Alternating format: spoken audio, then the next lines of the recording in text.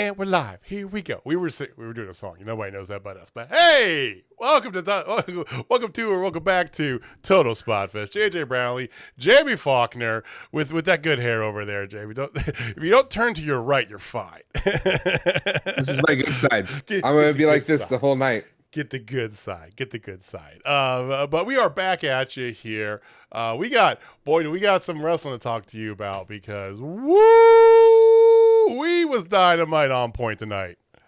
So the best way to put Dynamite, if I could do my best Homelander, perfect, right down to the little most minute detail, perfect. It was a good one. So we're gonna get all into it. We're also gonna talk to you about our weekend. Friday. We went to St. Louis for St. Louis Anarchy. We've been to St. Louis for plenty of shows, right? But still weird to say that it was our first Anarchy show. I mean, It was weird that it is, but it felt like home. Like that's the thing. Like it felt like home to me. It was home, and it's not going to be our last, that's for sure. So we got plenty of things to talk about. I do want to say thank you for watching, thank you for listening. If this is your first time joining us, hi, welcome in. We do this every Wednesday. You can join us live or catch the replay. As always, hit us up on Twitter at Total Spotfest. Join in the chat if you are live, and if not, just leave a comment. And while you're down there, hit the like button, hit the subscribe. Helps us out quite a bit. We do appreciate it. Jamie, you are a little under the weather, you told me before we got going here. So I'm a lot under the weather. Hence, like I've slept more today than most people do. Yeah, like literally I was somehow made it through work, and then like at 4:00 Central, I fell asleep till 7, and I'm still tired. Like I could easily go to sleep here in a few minutes. All right, so if I start hearing a little snoring, that'll be my cue to end show. So yeah, well, Yahtzee. Well, we got a lot of stuff coming up here. Quick little programming announcement. We got some things in the works. You definitely want to check in next Wednesday. By the way, no spoilers. Definitely want to check in. It's not a work. Don't worry. Okay. Everything is a work. I'm going to make that shirt. I'll make it this weekend. I'm going to do it. Definitely want to check in next week. We got some exciting stuff coming that we got planned out here. Also, programming note. So remember, a week from Sunday is Forbidden Door. We're going to talk about that momentarily. But we will be doing a post show. Jamie might be doing it from a hotel bathroom, but we are going to be doing a post show approximately a half hour after the pay-per-view ends. And then while Jamie's in Colorado that week, just as a quick heads up, we are going to have an old friend pay us a visit again. So I'm not going to spoil that either, but just little programming notes. We got a bunch of cool stuff coming up here. Oh yeah, we do. All sorts of stuff. Yeah, I'm going to be in a bathroom. May or may not be going number 2, talking about Forbidden Door. For Jamie, at first, well, I'm sure I could probably get out. There's probably like a business center thing or a thing I could get to, and I was like, just do it for the bathroom. That'd be hilarious. And now he's like sold on it. So yeah. Well, I'm not bringing my gear. I'm do it for my phone. So. Yeah, well, he'll find won't be there. He'll find the good spot in the hotel where he's got the good signal. That's where he'll do it from. But anyway, we are not going to let you down. We will have something there. You want to talk St. Louis? Let's talk St. Louis. Let's talk wrestling in St. Louis. I don't want to talk baseball in St. Louis because, I mean, I don't want to talk baseball in Kansas City, so we're fine. Let's just not talk baseball because it's not good for Missouri. But it's terrible. But you know what wasn't terrible? Anarchy. St. Louis Anarchy. Yeah. Oh, that was so good. Such a good show. A bucket list item happened for me, ladies and gentlemen, which I have waxed poetically about. Miyu Yamashita was there against Billy Starks, and oh my goodness, that match was so amazing. Absolute banger. Billy is so freaking good. And Miyu is like awesome. I was actually the first person in line to get an autograph from her, so I was really excited. I just happened to see her walking. Not technically, because the meet and greet you paid for apparently started at 5:00. No one told us. No, it wasn't on the ticket or anything. But during the show, yes, you were the first person in line. It was great. And this is gonna sound weird, and judge me all as you wish. I don't care. She smelled really nice. Jamie said it to me immediately. I go, that's an odd observation, but okay. Yeah, it's like, hey, she's super nice, like limited English, whatevs. I don't care. But she's super nice and like she smelled very floral and nice. I'm like, that is a really nice scent. Like I almost would be like, what's that scent? So I can get it for my wife because that was nice. I mean, it's not like creepy weird, but it's just kind of like, No, that's odd. I mean it's borderline. It's not like that dude who was like all over Billy. Oh my god, the dude sat next to me. First of all, perfectly nice gentleman. And I don't like talking ill about people because wrestling is all inclusive. There's people, things that whatever, right? But this guy, the entire show, it's like he was doing a commentary. He's on a commentary table, like the entire show, right? Play by play the entire time, and I didn't notice it till the end. But yeah, JP I heard had it it the whole time. Thing is, though, it wasn't that bad until the second half. Post meet and greet, where he was definitely like spending way too much time in line with Billy, of course. But he asked a question about somebody, and I answered, and therein lied my problem because Jamie's like, "You just made a friend," and I did. But anyway, he was fine. He was whatever. We had really good seats.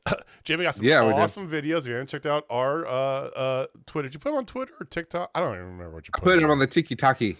Yeah, JJ's so hip with social media. I don't even know where you put stuff. You put it on both actually. I did. But great videos there. Mia Yamashita and Billy's match was fantastic, but the show was framed excellent. Okay, so they opened the show with your favorite, none other than the Monarch, Jeremy Wyatt, and little Anakin. You know what? It's pot calling the kettle black, Heather. I mean, I'm not the most unweird person, so yeah. No, but Anakin, dude, that's 100% accurate. Like I was doing the whole thing. Like I don't want to get sucked into this tractor beam, so it's like you do this, like you talk to him. Well, I kept cold shouldering him the whole time, right? And even when I answered, that wasn't working for homeboy. I was too close. But no, Anakin, Jeremy Wyatt, a no striking match, which was fantastic. Very interesting. Little Mark. We got to see Warhorse. What was Warhorse and Camaro's tag team name? I don't remember. It was amazing, though. It was good. I got a meat chant going now. This is the second wrestling event that I've gotten a meat chant started. I'm more proud of that than anything in my adult life. A bunch of good stuff there. Shaza, we got to see Shaza live. Shaza going against Evangelistico, which, before we get too far, warm prayers and thoughts for Evangelistico. After the show, he had to get rushed to the ER because he had an aortic tear. So, completely just crazy. But yeah, no, he's a guy that was in NWL. They used to say buddy, like hey buddy. He's like the buddy system. His name was Buddy something or another. He was like his shtick was like a almost like a televangelist style, right? Yeah. And then like every time he'd come out, he's like, buddies, and I go, I'm not your buddy guy. 8,000 damn times every show. Jamie's just yelling, I'm not your buddy guy. I'm not your buddy guy. If anything, ladies and gentlemen, I am committed to the bit. But to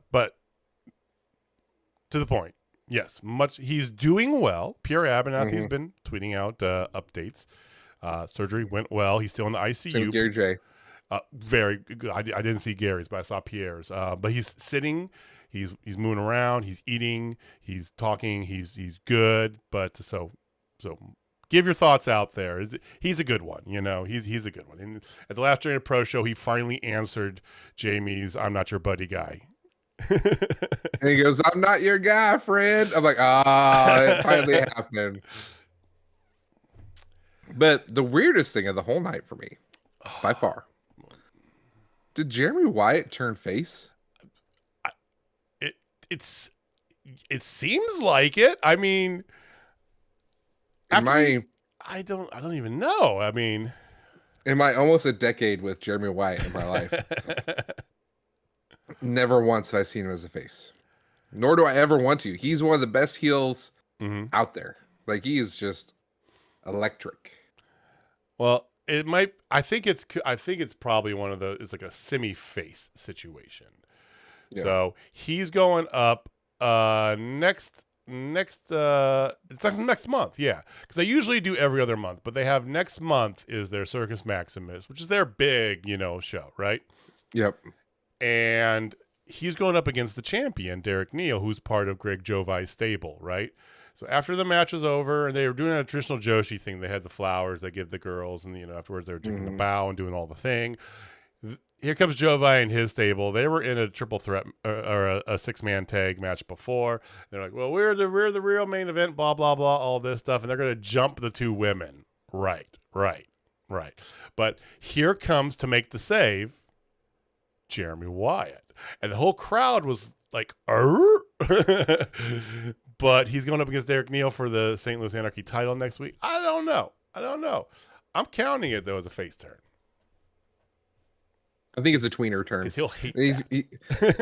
And he's gonna go back to being his natural heel self. Indeed. All will be good. We definitely, if you are around St. Louis and it's in Alton, Illinois, it's really easy to get to, like literally like right off the highway, right there, right by the Mississippi River. It's fantastic, easy to get to location. But if you're ever in St. Louis, go check out an Anarchy show. They broadcast them live on IWTV. They used to do them on Twitch, but now they do them on IWTV. So it's pretty accessible. It's a lot of fun. It felt like Journey Pro in a little nicer venue, but it felt like Journey Pro. A lot nicer venue with AC. I was trying to be, yeah. I mean, I love the Journey Pro guys, but they had a full bar and a full food menu. The pizza looked awesome. I mean, I had a pretzel and a hot dog that was really good. I mean, I had a pretzel. So, St. Louis Anarchy, good times. As always, support independent wrestling. Support your local wrestling. Get out there and do it. You will thank yourself in the long run. Do you want to thank Tony Khan for what we're going to talk about now? Dear sweet baby Jesus, lying in his manger, playing on his baby Einstein. Thank you. I mean, 2 pay-per-view quality matches, 1 fringe, and then a couple fillers, but tons of Forbidden Door stuff. Ooh. Without any sort of awkward like major announcement either, too. Although I'm gonna talk Collision later on. Yeah, so let's just talk that the main event first match that was pay-per-view quality, easily match of the night. I don't care. Anybody says, fight me on it. I don't care. It was technical. It was beautiful. Like a single tear dropped from my eye. May or may not because I'm sick. But it was absolutely amazing. Like the work on the arm, the old school heel style of MJF going against Adam Cole at peak Adam Cole. Like that looked like peak Adam Cole to me, man. He looked like he fully back. I mean, he took him bumps. He looked good. And then that elbow drop onto the table. I mean, I don't know if he did or not. I thought it was just a blood capsule, Heather. Heather asked if MJF lost a tooth. I don't know. I thought it was just a blood capsule. Totally a blood capsule, because you saw him go like this. Like you saw him like when he was moving around, and then he stuck his hand like where the apron is. He stuck his hand, just dropped it, and like came back. Yeah, that was a blood capsule. Yeah, his tongue looks like mine. There was a salute, a mocking salute to HBK from MJF as well, which the heel when work. He started tuning up the band, I lost it.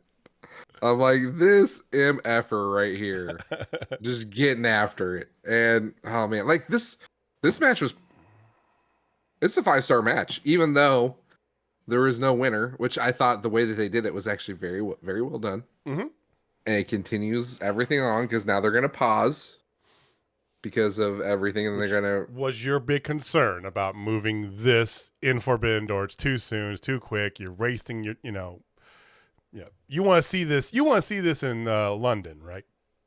Absolutely. Okay. And Adam Cole get the title. Okay.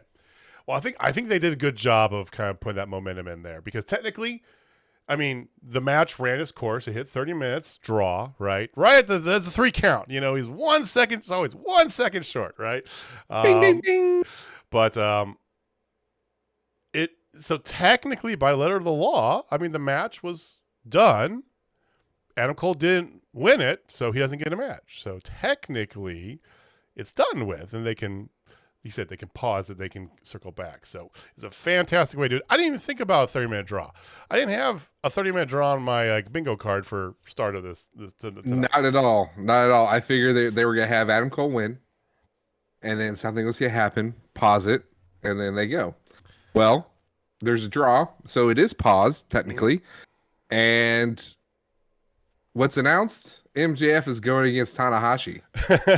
Okay, let's talk about the announcements. Let's just talk about the Forbidden Door announcements. Let's get these out of the way, right? Because that alone got me. You know, I was just like, because you got Okada. You would think you put your top guy against top guy, but Okada's with Danielson, and for all intents and purposes, AEW has like 4 top guys. So easily. What do you feel about Tanahashi versus MJF? It's perfect. Their styles will mesh so well. Mm-hmm. It will be a classic. It will steal the show. If you're a technical wrestling nerd like me, it's gonna be great. You know, previously announced Okada versus Danielson and Osprey versus Omega 2. They also had Sonata, who's the IWGP World Champion, doing a promo. Heavyweight champion. Heavyweight champion, excuse me. I'm sorry. You can't mess up on Japanese names. I understand. But so he had a video promo where he just basically did an open challenge. So I got my brain turning. Who's it going to be? I didn't have Jungle Boy as the person stepping up to that plate in my bingo, in my mind. I mean, I don't hate it. It feels like an undercard match, which is a little degrading to the IWGP title, maybe, but it's booked. I have issues with this match. I assumed you would. Go for it. I mean, because obviously, because Jungle Boy's in it. JP is in it. He's feeling awfully naked over there. Somebody take his damn microphone away. And then, like, you know, him and Hook, like, I would really appreciate if you're there for me, Hook. So I agree with that. Turn. Yeah. But they're setting up Hook to turn. Which is okay. He can handle it. I mean, Hook doesn't matter what he is, but I'm with you. I want to see what heel Jungle Boy would be, right? Yeah. I just don't see, when I think of Sonata, IWGP, World Heavyweight Champion, the person I think he's facing is not Jungle Boy. I'm thinking Adam Hangman Page. I'm thinking Moxley. I'm thinking Claudio. Shit. Claudio, absolutely. Claudio. Adam Cole.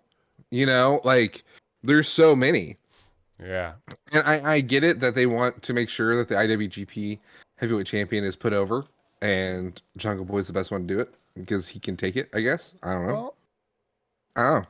And there's like it or not, you had some of this stuff because the first promo after the first match was with Sammy Guevara, you know, and Darby Allin was involved in that too. There's still, it's still in his quiver, and Tony's still playing with it. These are my pillars. I need to do something, you know, or else they'll get buried, and in 4 years nobody will give a shit, right? You know, so you're still trying to do a push, whether it'll work or not. You know, you are definitely, for those of you who can't read between the lines very well, definitely in the camp of not working for Jungle Boy, and I agree mostly. But I understand why he's doing it, right?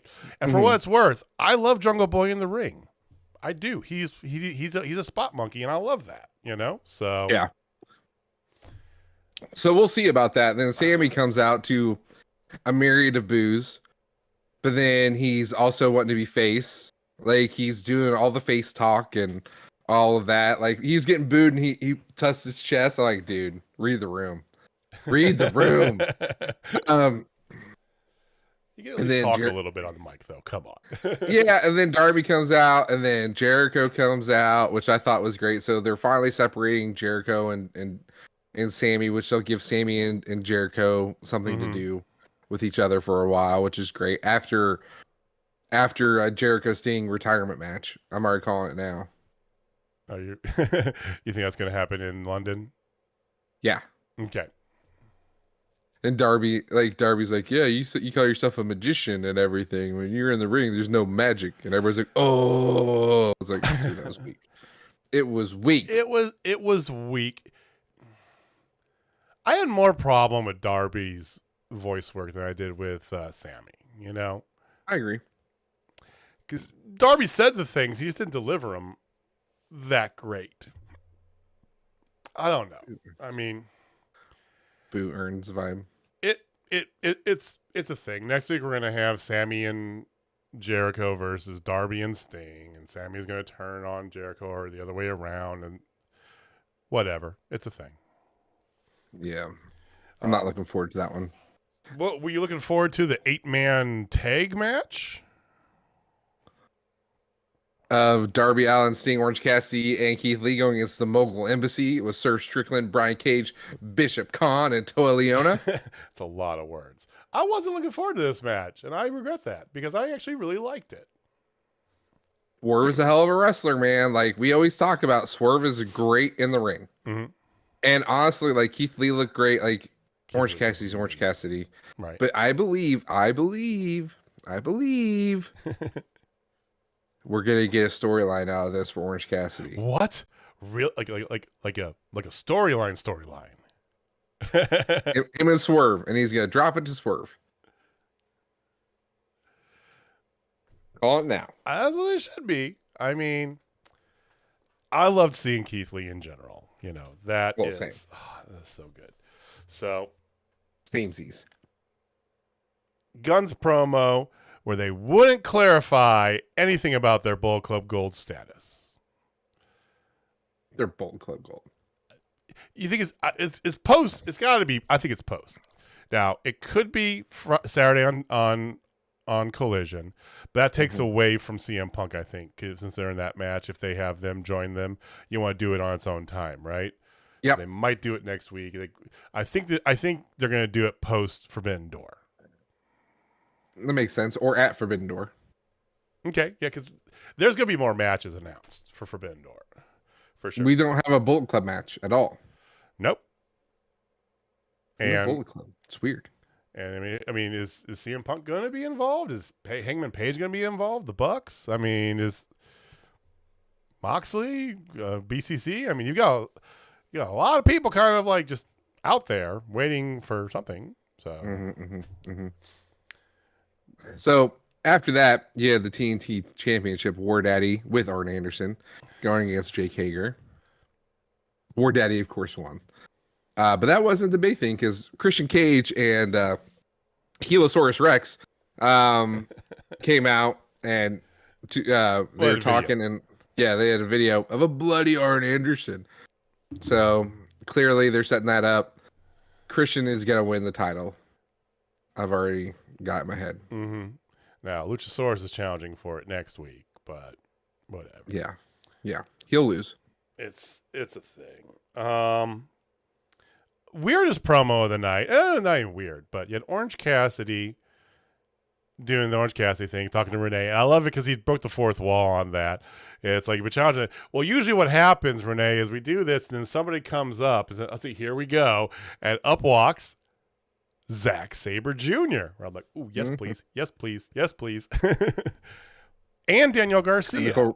Technical wrestling wet dream right there. I mean, with Zack Sabre Jr. Oof. I mean, but then you also had Daniel Garcia walk up, and then Daniel's calling out Shibata, who took the ROH TV title off of Garcia. So Pure. Well, the Pure title. Pure title, sorry. Yep. Yeah, TV title is Joe, the king of television. How dare I forget? I apologize, Joe. Okay. Mm-hmm. Leave your axes at home. So they're going to have a tag team match next week where inevitably they're going to announce a 4-way match for all the belts. Probably. I mean, yeah. There'll be 3 belts in there, winner take all. That would be awesome. I mean, that would be really freaking awesome. Or they'll do individuals. They'll do Shibata versus Garcia, and then, Orange versus Zach, winner take all. Ugh. Give me some of that. Women's match, man. Now, Tony could have done 2 women's matches, I'm just saying. But, I like it that if they're going to do one, you give us a good one. And good God, this was a great one.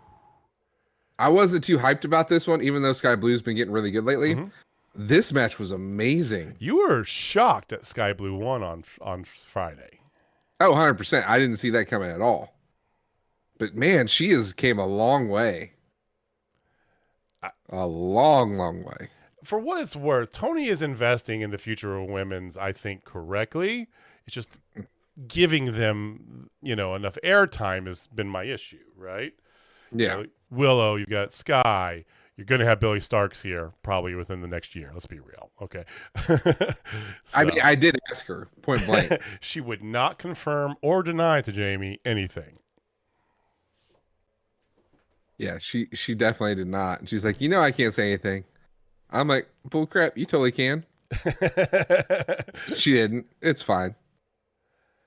No, this match just surprised me in the best possible way. It was such a great match. Mm-hmm.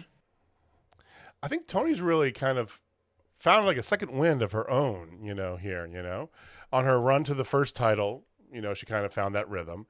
And then they've been kind of just moseying along. I hate to say it. No, I don't hate to say it. But with Saraya not being there, they're even better, Tony and Ruby. Hey, Ruby. Let's be real. I'm right. No, I think you're wrong. I'm going to take the stance that you need Saraya there. Oh, okay. Because it's a trio. You have to have. I hear you.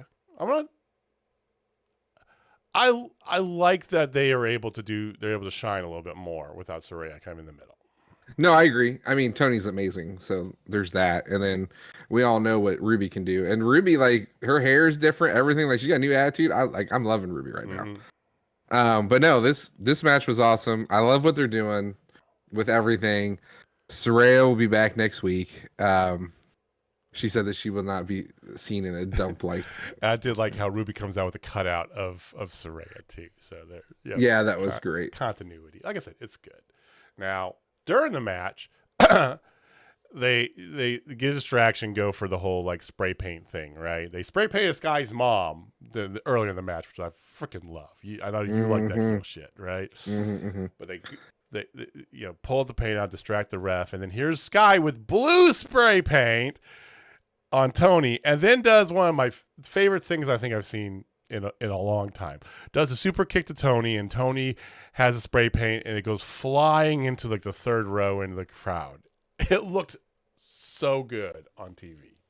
Yeah, like I can talk about it. Yeah, no, this match, boy, like so good. And her code red's the best code red in the business. I don't care anybody says fight me. Okay, her code blue, as she calls it, right? Yes, yeah. I like that it's got that extra little kick to it, where she does the step and twist, instead of just a straight. Like Darby does a straight up code red, and it's fine, right? Well, most girls get on and then they go, it's really slow. Hers is on, gone. It's like, let's go. Like, I like how quick hers is. Right. She's on twist and then bam over. So, yeah, it looks great. It looks really good. Yes. You ready to talk about that main event, though? I am. Oh, Willow came out after the match, by the way. They're doing, before we talk about main event. So, they're doing on Saturday. We all know the main event on Saturday. CM Punk, FTR. Bull Club Gold versus Joe. They also announced that Wardlow is going to be going against Luchasaurus. I said next Wednesday is actually Saturday. They're doing the TNT title on TNT. That makes more sense. Women's tag match, they're going to have Ruby and Toni versus Skye Blue and Willow. They're also going to have Miro in action announced. Yes. And Didn't see this coming, but goddamn, I'm glad I heard it. Buddy Matthews versus Andrade El Idolo. Collision's gonna be a fucking banger, man. Let's go. Wow, that's impressive. That's a card. That is a card. I'm gonna have to set the record. It is where all the bad kids go, and I'm gonna be there. Well, not physically, but yes. That's where all the bad kids go. Absolutely. Hell yeah. Miro back, Andrade back, CM Punk back. I mean, that's gonna be a show. All right, let's talk about the main event. So the main event really wasn't about the wrestling. It was what happened after the wrestling. So you had the Elite, the Hung Bucks. I was going to say, careful now. Hung Bucks going against Blackpool Combat Club, Jon Moxley, Claudio Castagnoli, and Wheeler Yuta. This match was really good. I mean, like it wasn't going to be. Like, that's the thing. Like, you knew this match was going to be amazing, and it was. We've seen versions of this in the past several weeks, right? But it's still good. Yeah. Hangman hits Yuta with the buckshot lariat for the dub. Pretty simple there, right? Great main event. Sure. Well, I'll hold my beer because things get a little crazy after this. So after this, Blackpool Combat Club starts just wailing on the Elite. And who comes out? Eddie Kingston? Didn't see that coming. I thought he quit Dynamite. Yeah, AEW. He's going to be a ROH guy. Well, that's still not necessarily true. Yeah. Amazing how that line gets blurred. So he beats up on Claudio and Yuta, but then he gets in the face of Moxley, and Moxley gets attacked by the Elite. So there's that. And then here comes Takeshita and his heel gear. And Takeshita, man, that kid is an ace. I don't care what anybody says. Getting that good heat, too. Getting that good heat, man. Ooh. Yes. He came out, Boo City. It was interesting, too, because I think you glossed over. So Eddie comes out and goes straight for Claudio, right? So he's still still arching, right? But then turns around and runs face-to-face with Moxley. And they don't know what to do because they're buds, right? And here's the Young Bucks getting involved, and they're like, "Hit it!" And they're like, "No, don't do." And they go, and then they go to get Moxley, and Kingston's like, "No, not that." And then Moxley and him get in each other's face, which is then when Takeshita came out, and almost the same thing happened. He gets rid of Kingston, and then he's facing off with the Blackpool Combat Club, and it's kind of the same sort of thing. But then he goes after and hits one of the Young Bucks. Our friend Heather said it best. It was like the Harlem Shake. It was great. Yeah, so Takeshita comes out, and then out comes Kenny Omega. Music hits, everything. He comes out, him and Takeshita right at it instantly. That is something that I want to see 1,000 times. Those two going at it. Hits him with a V trigger. That feels like a London thing, doesn't it? Oh yeah. Well, yeah. He hits him with the V trigger. He's standing tall, and another surprise entrant. Oh, the best surprise yet. Will Osprey comes out and starts beating up on Omega. He ends up hitting him with the Stormbreaker. I'm like, oh my god, setting it up. Like, him. Yeah, he's like, I remember what you did to me. I'm like, oh yes, way to make it personal, baby. And then did the elbow again when this show was going off the air, like just murdered him. Yeah, what's the elbow called? I don't remember the name of it. It's something Blade, right? Yeah, something Blade. Yeah. Oh, I don't know. It looks amazing though. That's all I do know. Everything he does looks amazing. That match is gonna fuck so hard. Understatement of the century. I mean, you had a little bit of everything. So you had Eddie Kingston return, Takeshita continuing on super mega heel, Kenny Omega back from Japan, obviously, right? Will Osprey showing up. Plus, you had all the BCC stuff, going on. I mean, let's not gloss over the fact that the Young Bucks were wearing Reeboks for the first time on television. Odd, because they're Nike. I did not notice that. They were wearing Reebok Shaq 2s. Yeah, 2s. Oh, okay. Yeah, but That's kind of awesome. oh, I don't know if you caught this or not, but you know how Moxie's been wearing this whole death jitsu thing, whatever. Yeah. Did you see his sweatshirt as he was walking in? No. On television, they're coming in from the crowd right before we go to the commercial, right? They're showing them walking into the arena, right? Got the hoodie on, Death Jitsu, and below it in smaller letters, 0 fucks. So right there on TBS, primetime television, I'm just like, ooh, they're not going to be happy with that. Thank you, Moxley. Thank He doesn't you. care. Does not care. He doesn't, and that's why he is a treasure and needs to be treated as such. He is an absolute treasure. And Blackpool Combat Club versus the Elite right now might be the best storyline in all of wrestling right now. I mean, I know we got the bloodline out there. I know that's a bold statement. I mean, the bloodline that has been going on for what, 3 years now, and it keeps going into different levels. So I'm not even going to knock it. Like some people want to knock it. It's fantastic. It really is. But this storyline is by far AEW's. This is their best long-term storyline since Hangman's chase for the title. I totally agree. And the payoff for this thing is going to be glorious. It's going to be massive. It's going to be insane. They're going to have, I mean, you've got layers to this that you can get in there.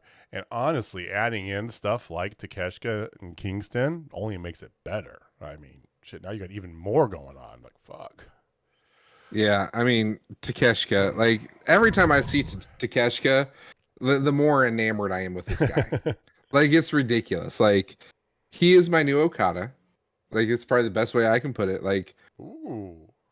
Like, Okada is number 1 for me, right? Yeah. This kid legit could be number 2. He's climbing up there. Okay. I mean, he's got years ahead of him, so ooh. I mean, the only thing that would put him over the edge is if he did a lion tamer. Jamie sent me a fantastic TikTok yesterday. All I gotta say is Jamie is not alone in this world. I am not. Did you feel validated when you saw that? Oh, 100%. Like this like these kids don't get it. These kids don't get it. Everybody knows you gotta put your knee in their neck and do a damn lion tamer. It's like, yes, absolutely. No, this Boston crab. I mean, it's like Jamie had written what this man was supposed to say. It was fantastic. Question for you. What are your thoughts on the Elite's the use of this whole the Kansas Carry On Wayward song entrance? I love it. I'm over it. I've been over it. Oh, it's such a good song. The song's good. The entrance was very specific to their return because the video vignettes led up to Carry On Wayward, right? I want the old Bucks song back. I want the old Elite song back. I want Kenny Omega doing Kenny Omega entrance, right? It's like, well, he does. He does the Kenny Omega when he's by himself. He does, yes, sure, but yeah, and the Bucks do too. I'm just over this whole like it was very specific in time sort of thing, and I think it lost continuing to use it every week now. It's just like, I don't think it loses its luster at all. As for me, fair. But especially with the impending arrival of one CM Punk, I feel like it gets revitalized a little bit. See, Claudius Marcel Punk is playing up the wild card angle though. Yeah. He's like, I got a lot of stuff to get off my chest. I bet he's gonna say those guys were idiots. Something to that effect. He's not. I doubt he's gonna take accountability for his actions. Well, depending on what they want to do storyline wise, that makes sense. He's in Chicago. He could say "fuck the Pope" and get a standing ovation. I mean, it doesn't matter what he says on Saturday. Let's be real. I mean, yeah. There's a few things there's probably a few things he can't say, like like if he supports Jared or Harvey Weinstein, probably can't say those. But anything else is pretty much fair game. Which, by the way, I know we talk wrestling a lot. On Max, have you watched the Jared documentary? I have not. Subway Yeah, guy? I know what you're talking about. Yeah, Jared. Oh my God, that guy is scum of the earth, man. Oh yeah. Scum of the earth. Like, well, I knew he was bad, but then you get like recordings and stuff. It's like Jesus. He was like creepy bad, like really creepy. But I heard, I heard people talk. I heard stories like when he was getting indicted and stuff. People were saying, "Oh yeah, this dude was like, he wasn't even affiliated with the company, but somehow became like the company spokesperson, and he said all the stores, and he was just weird and creepy and just like so interesting. I'll have to check that out. Okay, really good. I didn't know they had that. Yeah, it's actually really good. And so like I'm a big true crime guy. So like I watch Don't F with Cats and other things like that on Netflix. Have you ever watched that one? No, I'm not. I never got into true crime shit. Dude, true crime's my bag. But like this guy he ended up murdering people, but he posted videos of him killing cats, and people based off of that, the internet tried to do everything they could to find that dude. Well, yeah. The internet solved that guy murdering people. I mean, like he was at a internet cafe in Berlin was when they got him. Let me Crazy. guess. He killed people similar to how he demonstrated killing cats. No. Oh, interesting. Yeah. So the guy's a real psycho. Interesting. 1980s, the deadliest decade. Oh, that's a good one too. Okay. Well, I got a bunch of stuff I gotta get caught up on anyway. And I gotta try and find the John Gacy tapes. Excellent. Like, dude, like true crime. It's never got like serial killers and all that shit. It never really like piqued my interest. I'm just sort of like, I'd rather watch nerd shit, right? You know? That's fair. Speaking of which, Flash comes out this weekend. Talk about a creeper, huh? I want to talk about the Flash, not Ezra Miller, but the Flash. Because man, that guy is. He's a creeper. He's out there. He's out there. I mean, how many laws has he broken in America? He's got like a cult over in Sweden that he started. This guy is like the list keeps going on. It's like, but Michael Keaton Batman, boom, let's go. Oh, I know. The best Batman. Fight me. So I got this. Well, I got this style Batman tattoo. Okay, we've totally went off the rails here. We sure did. That's okay. We don't rate the shows like we used to, but this show would be very highly rated. I mean, even the Wardlow match wasn't terrible. It actually had a long-term story of sorts to it. It was the third match, because way back in the old like Inner Circle versus Pinnacle, crap, right? Yeah. So even that, I mean, it was by far the lowest match, but every other match was great on this show. One of them was a certified banger. Two of them were right behind it. I mean, you got Forbidden Door set up. Collision's going to be a shit show of good. And then that ending was, so I would give this very high marks for sure. Yeah. Hager out there in his boxer briefs. Always, man. Talk about a guy who doesn't purple care. Hat. Yes. Well, I mean, trunks are kind of like underwear, really. I mean, it's fair. Anywho. So we'll talk about Collision probably next week a little bit. Yeah, we're not doing a post-Collision show. It's just not possible with what we got going on. So, we'll probably just talk a little bit about it next week. I'm thinking. I'm excited for Collision, though. I think that Forbidden Door, I know you're stupid excited for, even though you're going to be driving. It does suck that I'm going to be driving during most of it. Well, make good time. Maybe, I mean, you might, you do gain an hour. Does that help? I don't know. Yeah. No pee breaks. We're just going. Going with a shitload of women. Yeah.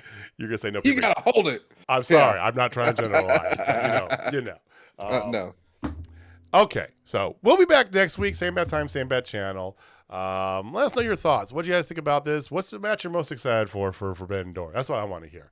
We all know Jamie's got two really that are up there. Which one are you more excited for? I'm assuming Danielson Okada, of course. Danielson Okada is one. Tanahashi MJF is a very close two. Very close second. Yeah. Because those two are built for each other. And if any of you've ever met me, Osprey Omega is my shit. So accurate. Very accurate. Very accurate. All right, so we'll chime in for Bandor coming up. Like I said, stay tuned to the channel. We do got a lot of cool things we got planned for the next couple weeks here. No spoilers though, so you gotta stay tuned. Absolutely. All right, well, Jamie, I'm gonna let you go chug about a half a bottle of NyQuil and get some more sleep because you probably need it. So I am ready to pass out. Thank you for watching. Thank you for listening. We do appreciate you guys giving us some of your time. Jamie, take us home, man. All right, ladies and gentlemen, if you're not down until Spotfest, I got 9 words for you. Jesus Christ, man. Okay. I know. But you'll appreciate it of anybody. You ever dance with the devil in the pale moonlight? All right, guys. We'll see you next week. Peace.